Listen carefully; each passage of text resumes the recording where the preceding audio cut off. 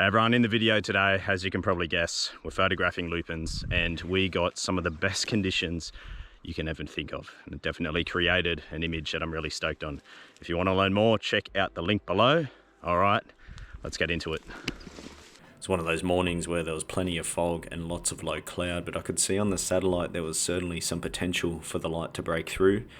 And really, to be honest, I was just going off gut instinct this morning. I just had that feeling. So it was a nice and early start, waking up at 4:30 in the morning, but very quickly things began to change and look very promising. All right, I'm just gonna chuck some waders on because it's quite wet out here and we're gonna be in the long grass, and really aiming to hopefully get a wide perspective. Bit of a classic wide angle scene, compressed telephoto shot of some mountains further down the valley. I wouldn't be surprised if we get a rainbow this morning, the rainbow. We've got this perfect atmosphere, very exciting, but it can all change really quick. Could get incredible, or it could just shut us down altogether. So just got that feeling this morning. It's kind of why I've come out. Because even though at home it looked pretty rough, yeah, sometimes you just get that feeling.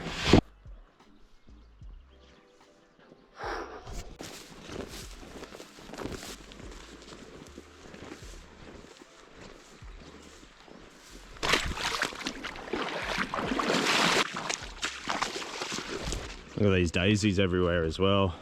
That would be nice to combine some daisies with the lupin. At the moment they're very separate. So a wide angle perspective looking at this range, and then the long shot down there, man, I hope that we get a window because the compressed shot is incredible. Let's see what we can find now as far as foreground is concerned to try and get something in the back here. I know there is a reflection section up here, so let's check that out.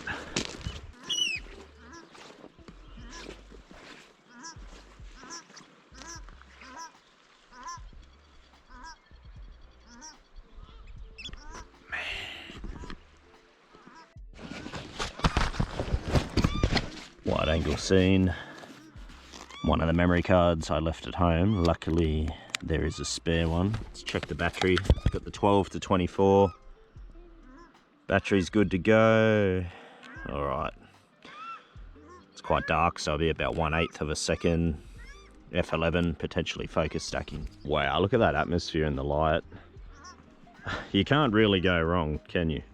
To be honest, if you can't get a good shot here, then you might want to reassess photography as something you do. What I love is getting that line of water in the midground as well. That just breaks it up. Doing a vertical frame here. Speeding the shutter up to a 13th at f11.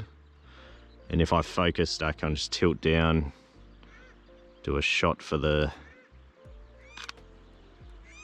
foreground and then one for the background. We lost that long valley perspective. Hopefully that comes back out for us, but even then, this is just gorgeous. Still no light on the peak shed either, but hopefully we get that.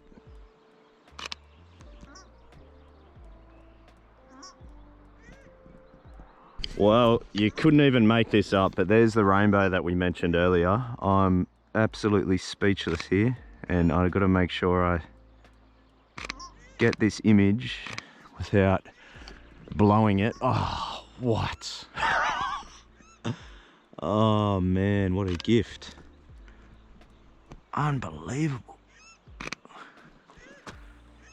Look at that, guys. Woo!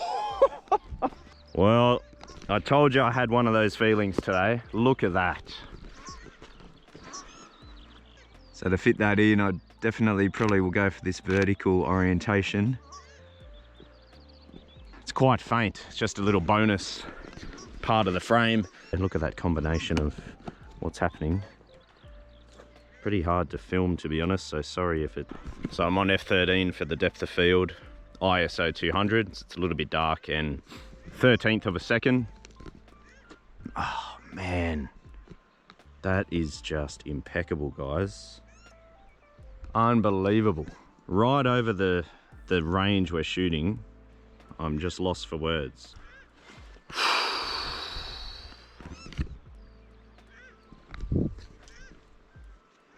Absolutely lost for words.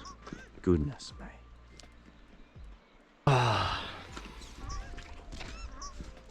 What can you say? What can you say about that?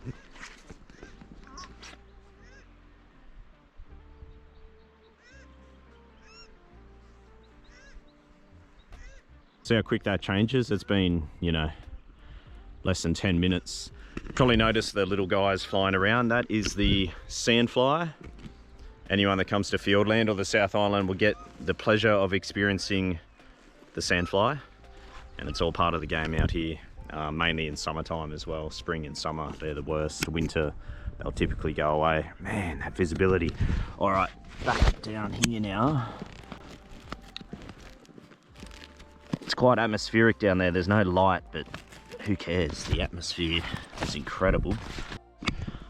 All right. So for this next image, we need some height. There's something that probably not many of you carry around with you as part of your regular gear. The old step ladder. That's going to give us the height to shoot through these flax here, the height to look down into the mid-ground where the Lupin are. Now I'm just going to jump on that now because the mountain is closing in there. Now if we fall, yeah, it's going to suck, but man, we'll have some good footage, won't we? So I'll show you the perspective here on the ground. We're just not getting that separation between foreground, mid-ground, background. Then as we come up higher, you can see it all. Wow, look at that. Man, what a morning. I'm just lost for words, guys. I know the video hasn't really had much in it, but just too busy trying to enjoy it and create an image here.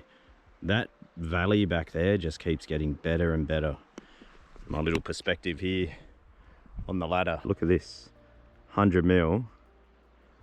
Actually, it's 130. Look at the layering there. Pulls everything in and now dramatizes those peaks at the back. So I'm going to try a few perspective like this, okay? So for this zoomed perspective now, it's a huge depth of field.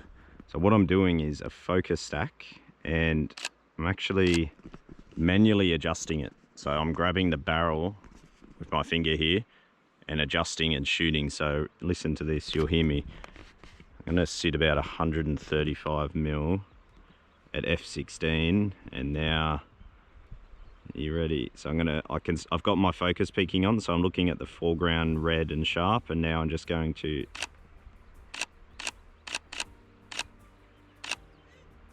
now some of the newer mirrorless cameras have that feature built in where it will take those for you. Obviously I don't have that, so that's my method. I've been doing that for years now. Looking forward to eventually upgrading so I don't have to do it that way, but it gets the job done and it's really needed here because that massive depth of field, everything's getting compressed. Even at f16 I'll need about 3 or 4 images there.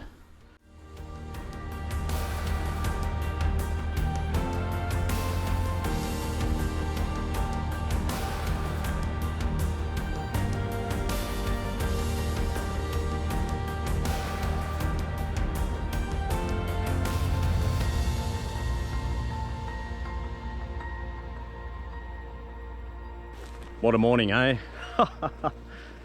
Unbelievable. Well, thanks for following along, guys. If you have any questions or comments, leave them below, and I'll see you in the next video.